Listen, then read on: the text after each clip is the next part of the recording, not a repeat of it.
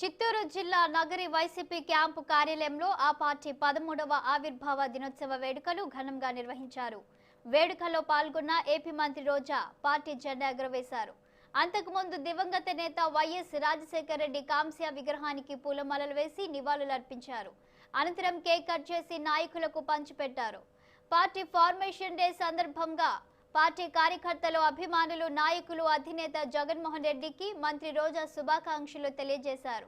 వెన్నుపోటు ధీరుడైన చంద్రబాబుకి వెన్నులో వణుకు పుట్టించిన పార్టీ వైఎస్ఆర్ కాంగ్రెస్ పార్టీ అని మంత్రి పేర్కొన్నారు. కేంద్ర స్థాయిలో అధినేతలకి ఎదురెళ్లి స్థాపించిన పార్టీ వైఎస్ఆర్ కాంగ్రెస్ పార్టీ అని కొనియాడారు.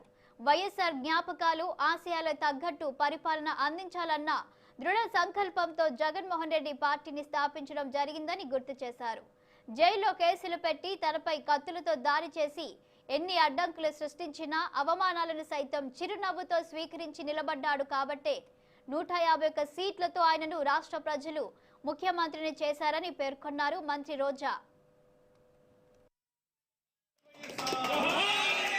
వైఎస్ఆర్ కాంగ్రెస్ పార్టీ ఆవిర్భవించి 12 సంవత్సరాలు పూర్తి చేసుకొని 13వ సంవత్సరంలోకి అడుగు పెడుతున్న సందర్భంగా ఈ పార్టీని రెపరెపలాడించిన మన నాయకుడు, మనసున్న నాయకుడు జగన్మోహన్ రెడ్డి గారికి, ఆయన వెనక నిలబడిన నాయకులకి, కార్యకర్తలకి అందరికీ కూడా శుభాకాంక్షలు. వైఎస్ఆర్ కాంగ్రెస్ పార్టీ అన్ని పార్టీల లాంటి పార్టీ కాదు. భారతదేశాన్ని గడగడలాడించిన సోనియా గాంధీనే గడగడలాడించిన పార్టీ. వెన్నుపోటు ధీరుడైన చంద్రబాబు నాయుడికి వెన్నులో చలి పుట్టించిన పార్టీ వైఎస్ఆర్ కాంగ్రెస్ పార్టీ.